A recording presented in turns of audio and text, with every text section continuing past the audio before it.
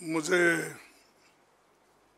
बड़े दुख के साथ कहना पड़ता है कि इस देश में अभी संविधान को संपूर्णता बीजेपी के ओर से स्वीकार किया नहीं गया और वो बार बार आरएसएस, बीजेपी एक तरफ, प्रधानमंत्री भी एक तरफ ये बात करते हैं कि संविधान कभी नहीं बदलेगा, दूसरी तरफ वो ये कहते हैं, उनके लोगों से कहलाते हैं कि संविधान बदलने के लिए 2/3 मेजॉरिटी होना चाहिए, इसीलिए आप 2/3 मेजॉरिटी दो, हम संविधान बदलेंगे। ये कोई मामूली आदमी नहीं बोला, ये कोई फ्रिंज, क्या बोलते हैं उसको, हाँ, फ्रिंज एलिमेंट नहीं है, ये तो बीजेपी के नेता है, एमपीज हैं, आरएसएस संगठन है, ये पहले से बोलते आए हैं।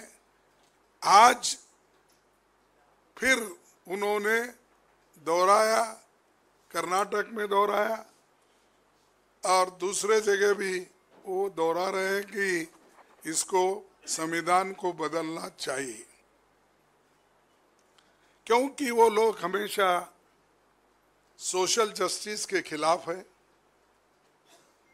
और संविधान में जो सेक्युलरिज्म शब्द आया है उसके खिलाफ है और खास करके बीजेपी और आरएसएस प्रमुख नेता जो हमारे क्या नाम, मोहन भागवत जी, ये तो रिजर्वेशन के खिलाफ है। वो हमेशा यही बात करते हैं, कभी मेरिट की बात करते हैं, कभी संविधान बदलने की बात करते हैं, कभी रिजर्वेशन निकालने की बात करते हैं और कोई कहीं प्रश्न आया, कोई पूछे, नहीं अब तो नहीं संविधान बदलेंगे, अब आगे देखेंगे। तो ये जो मानसिकता है, मैं ये कहूँगा, ये बड़ी एक बुरी मानसिकता है। इससे देश में हंगामा मचेगा अगर आप संविधान को बदलने की बात बार बार अगर करते रहेंगे। एससी एसटी का रिजर्वेशन संविधान में तो दिया गया है, अब क्या बदलना चाहते हैं आप? ये सवाल आज पूरे देश के सामने है और हमेशा ये कहते हैं अभी भी कि क्योंकि 2/3 मेजॉरिटी होना अगर किसी के बीजेपी के एमपी और वर्करों से और आरएसएस के लोगों के मुंह से जब निकलता है 2/3 मेजॉरिटी का, यही उद्देश्य होता है कि संविधान बदलने के लिए। इसीलिए बार बार मोदी जी भी कहते हैं 400 पार। क्यों कहते हैं? अरे आप 2/3 मेजॉरिटी दे दो, हम संविधान बदलेंगे। लेकिन वो अपने मुंह से नहीं बोल रहे, किसी के मुंह से वो बोलने लगाए हैं। नहीं तो अगर मोदी जी के पास हिम्मत है, अरे ये तो रिजर्वेशन के खिलाफ है, सोशल जस्टिस के खिलाफ है, मेरा पार्टी का आदमी अगर कोई बोलेगा उसको पार्टी के बाहर निकालूंगा, अगर ये हिम्मत करे तभी लोगों को विश्वास होता है। एक तरफ तो तुम चुप बैठते हो, ये दूसरे तरफ संविधान की रक्षा हम करते हो ये कहते हैं, तो ये जो देश में चल रहा है और उसका मकसद भारी बहुमत लेने का, संविधान बदलने का ही उनका इरादा है।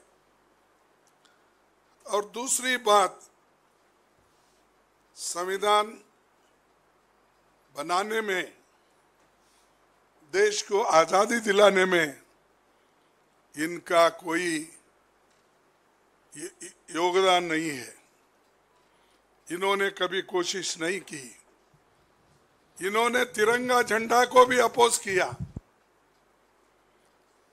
तिरंगा झंडे में जो अशोक चक्र है उसको अपोज किया, और वो आज भी अपना भगवा झंडा आरएसएस लगाते, राष्ट्रीय झंडे को उतना महत्व नहीं देते।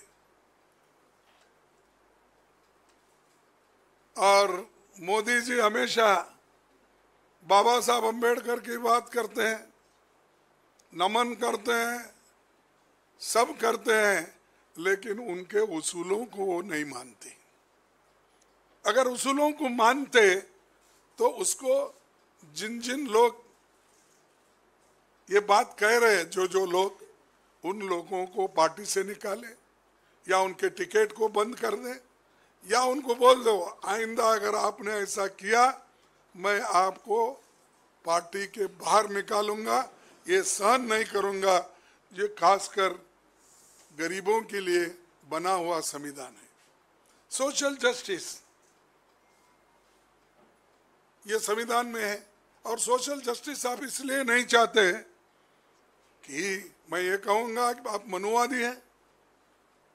संविधान जो बना तब से लोगों को, गरीब लोगों को, चाहे वो किसी कम्युनिटी के हो, उनको जो आज़ादी मिली है, वोट की आज़ादी मिली है, महिलाओं को भी, नहीं तो किसी देश में महिलाओं को वोटिंग अधिकार इमीडिएटली मिला है। आप देखिए इतिहास निकाल के, अमेरिका हो, यूरोप हो, ऑस्ट्रेलिया हो, स्विट्जरलैंड हो, कहीं भी आप देखो, कहीं भी आज़ादी मिलने के बाद, इंडिपेंडेंट कंट्री होने के बाद किसी ने भी महिलाओं को वोटिंग का अधिकार नहीं दिया।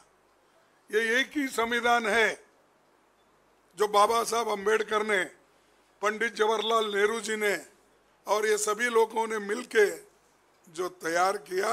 ये एक ही संविधान है, सभी महिलाओं को, गरीबों को, पिछड़े हुए लोगों को और जो वंचित लोग हैं उनको समान अडल्ट फ्रेंचाइज, सबको समान वोटिंग का अधिकार दिया। ये भी नहीं मानते, और ऊपर से हमको पूछे तुमने क्या किया। ये सबसे बड़ा महत्व काम हमने किया, और इसको निकालने की कोशिश आप कर रहे हैं। ये बड़ी, मैं तो कहूँगा मुझे तो शर्म आती है, लेकिन मुझे मालूम नहीं बीजेपी वाले या लोग संविधान को निकालने की बात करते, उनको आती या नहीं आती मुझे मालूम नहीं। कभी मौका मिले तो आप उनसे पूछ लेना चाहिए। इन्होंने तिरंगा का तो विरोध किया ही किया। आज भी वो हमेशा कांग्रेस पार्टी की आलोचना करते ही रहते हैं,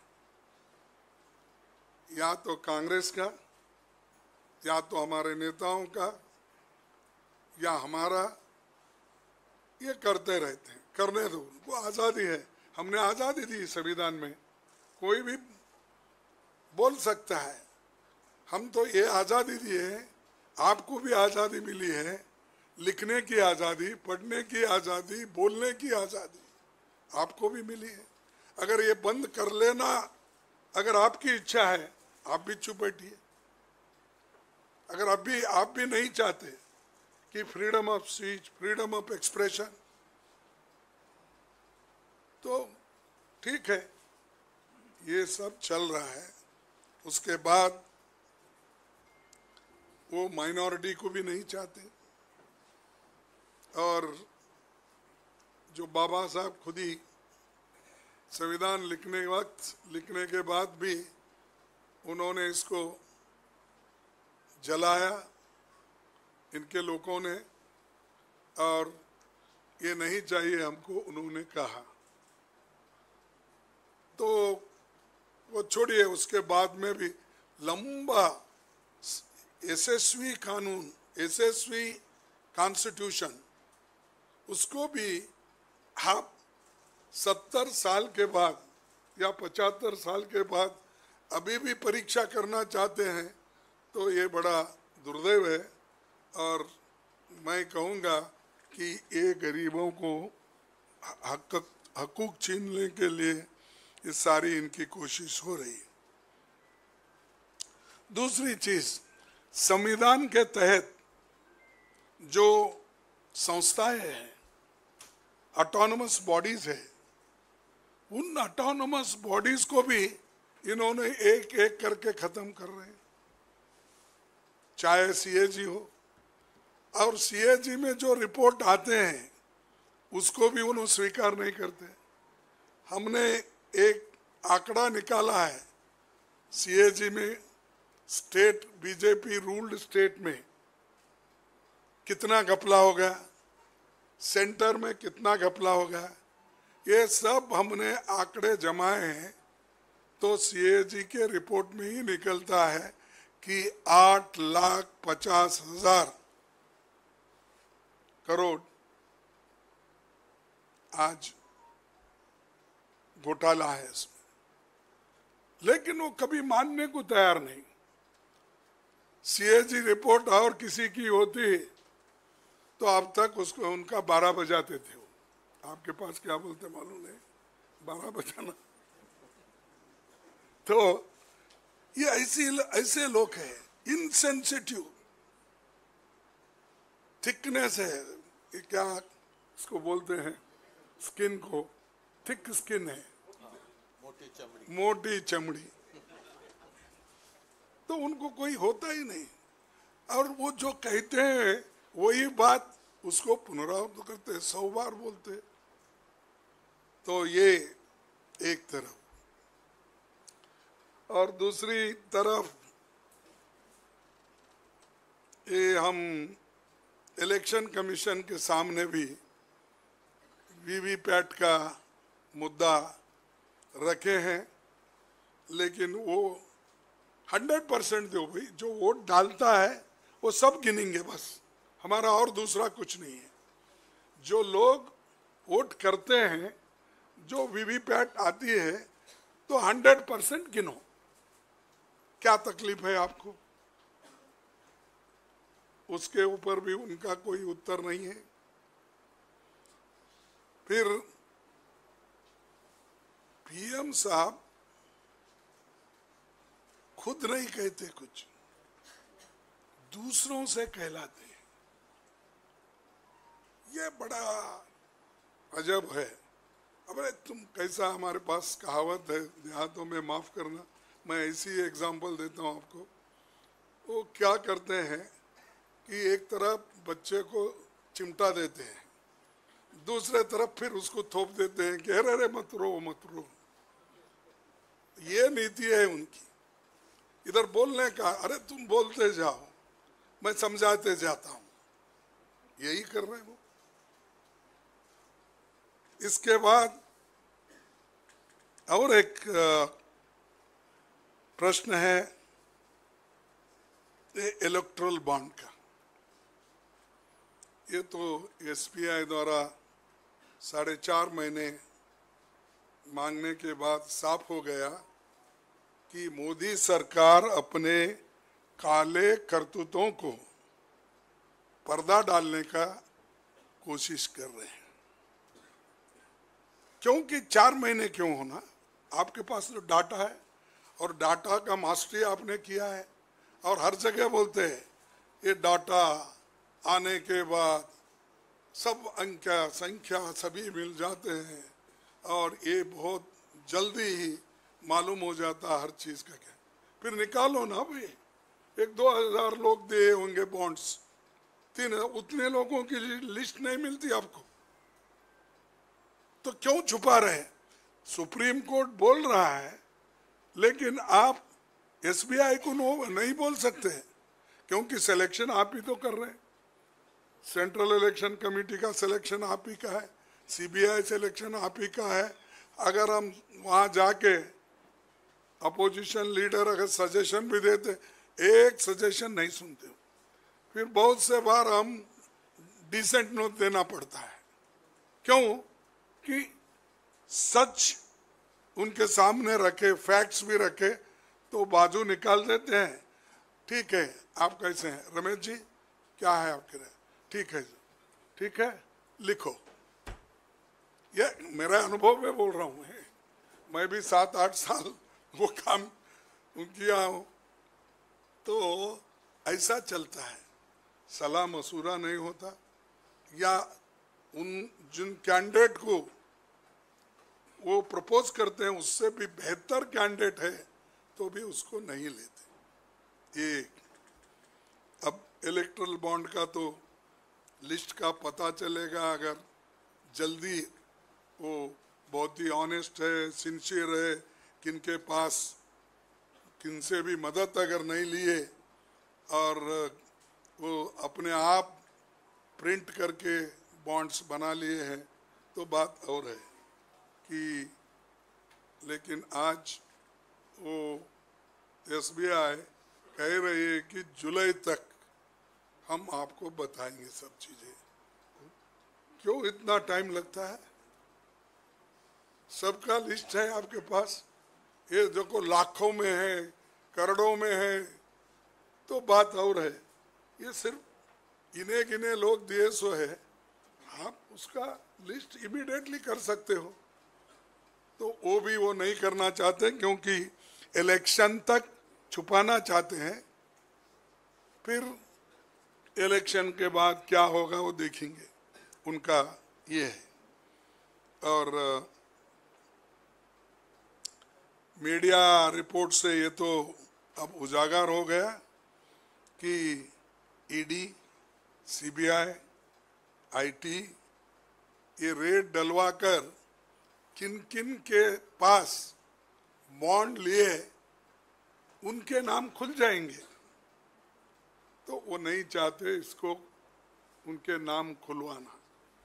तो ये मौके और उन्होंने रिस्पॉन्सिबल है इसके लिए, वो खुद जवाबदेही है, और ये उनका अगर क्लियर मंशा है, साफ नीयत अगर साफ है तो जरूर वो बता सकते हैं। लेकिन ट्रांसपेरेंसी की बात करते हैं, करप्शन की बात करते हैं, अरे भाई पहले तुम तो खुल के आओ, तुम तो बता दो। वो नहीं बताएंगे, भाषण करते करते कितना फिरेंगे। अब तो क्या है, हिंदी छोड़ दी है उन्होंने, तमिल, तेलुगु, कन्नड़ा, मराठी, गुजराती, आसामी, बंगाली, सब भाषा में भाषण कर रहे हैं। क्या लोग इतने बेवकूफ है, नहीं समझते? अरे आपने देख देख कर बोल रहे, किसी का आवाज पीछे है, लोगों को मालूम नहीं होता वो प्रोनाउंसिएशन कैसा है, किसका है। तो ये चीजें ऐसे, मैं मेरे 53 साल में बहुत से प्राइम मिनिस्टर के भाषण सुना, कोई पीछे बोल रहा है और इन्हों कन्नड़ा में इन्हों बोल रहे हैं, तमिल में बोल रहे हैं, तेलुगु में बोल रहे हैं, मलयाली में बोल रहे हैं, एक भी नहीं छोड़ रहे भाषा। आर्टिफिशियल इंटेलिजेंस, अरे भैया आर्टिफिशियल, कहीं उसकी कुंजी खो गई आर्टिफिशियल की तो आप पूरा बंद हो जाता है, अगर बटन गलत दबाए खत्म होता। तो इसीलिए ये चीजें वो कर रहे हैं। खैर, अंत में समाप्त करने से पहले आपको मुझे और 2 मिनट देना चाहिए, मैं आपका लूंगा, इसलिए लूंगा कि 25 नवंबर 1949 में 26 जनवरी जो कॉन्स्टिट्यूशन स्पीच बाबा साहब अम्बेडकर ने दी थी, उसका मैं कोट करता हूँ कॉन्स्टिट्यूंट असेंबली का। फिर बाद में उन्होंने जो कहा उन्होंने ये कहा कि 26 जनवरी 1950 को भारत एक स्वतंत्र राष्ट्र होगा। उसकी स्वतंत्रता का भविष्य क्या है? क्या वो अपनी स्वतंत्रता बनाए रखेगा या उसे फिर से खो देगा? ये बात नहीं है कि भारत कभी एक स्वतंत्र देश नहीं था। विचार बिंदु ये है कि जो स्वतंत्रता उसे उपलब्ध थी उसने एक बार खो दिया था, क्या वो उसे दूसरी बार खो देना चाहता है? ये तथ्य मुझे व्यतीत करता है कि न केवल भारत ने पहले एक बार स्वतंत्रता खोई है, बल्कि अपने ही कुछ लोगों के विश्वासघात के कारण ऐसा हुआ है। ये भी कॉन्स्टिट्यूशन बदलने का ये भी एक विश्वासघात है, लोगों को तोड़ने का, लोगों को अलग करने का। क्या इतिहास स्वयं को दोहराएगा? चिंता और भी गहरी हो जाती है कि जाति व धर्म के रूप में हमारे पुराने शत्रुओं के अतिरिक्त धर्म के रूप में हमारे पुराने शत्रुओं के अतिरिक्त हमारे यहाँ विभिन्न और विरोधी विचारधाराओं वाले राजनीतिक दल होंगे, यानी संविधान के खिलाफ बोलने वाले भी होंगे। तब उन्होंने यही कहा, जाति व धर्म के रूप में हमारे पुराने शत्रुओं के अतिरिक्त हमारे यहाँ विभिन्न और विरोधी विचारों वाले राजनीतिक दल होंगे। क्या भारतीय देश को अपने मताग्रहों से ऊपर रखेंगे? भारतीय देश को अपने मताग्रहों से ऊपर रखेंगे या उन्हें देश के ऊपर समझेंगे? मैं नहीं जानता, परंतु ये सत्य है कि यदि पार्टियां अपने मताग्रहों को देश से ऊपर रखेंगे तो हमारी स्वतंत्रता संकट में पड़ जाएगी और संभवतः वो हमेशा के लिए खो जाए। हम सबको दृढ़ संकल्प के साथ इस संभावना से बचना है। हम सबको दृढ़ संकल्प के साथ इस संभावना से बचना है। हमें अपने खून की आखिरी बूंद तक अपनी स्वतंत्रता की रक्षा करनी है। ये बाबा साहब अम्बेडकर ने संविधान सुपुर्द करते वक्त उन्होंने ये कहा था। ऐसे देश के लिए, देश को एकता से रखने के लिए उन्होंने तकरीर की, लोगों को समझाया, लेकिन फिर भी उन्होंने लिखी हुई कॉन्स्टिट्यूशन को उन्हें सूचित किए अनेक विषयों को आज आरएसएस बीजेपी खत्म करना चाहती है। मोदी जी अपना काम कर रहे हैं और इधर बीजेपी आरएसएस को अपना काम करने दे रही है। इसीलिए मैं कहूँगा इसका हम कंडम करते हैं। अगर कोई संविधान बदलने की कोशिश करेगा तो इस देश में पूरा बहुत बड़ा हंगामा होगा। मैं चाहता हूँ कि देश मिल के रहना है, मिल के रहेगा, एकता से रहेगा। हम सारे लोग कोशिश करेंगे कि डेमोक्रेसी को बचाने के लिए, संविधान को बचाने के लिए। Thank you. धन्यवाद। न्याय का हक मिलने तक।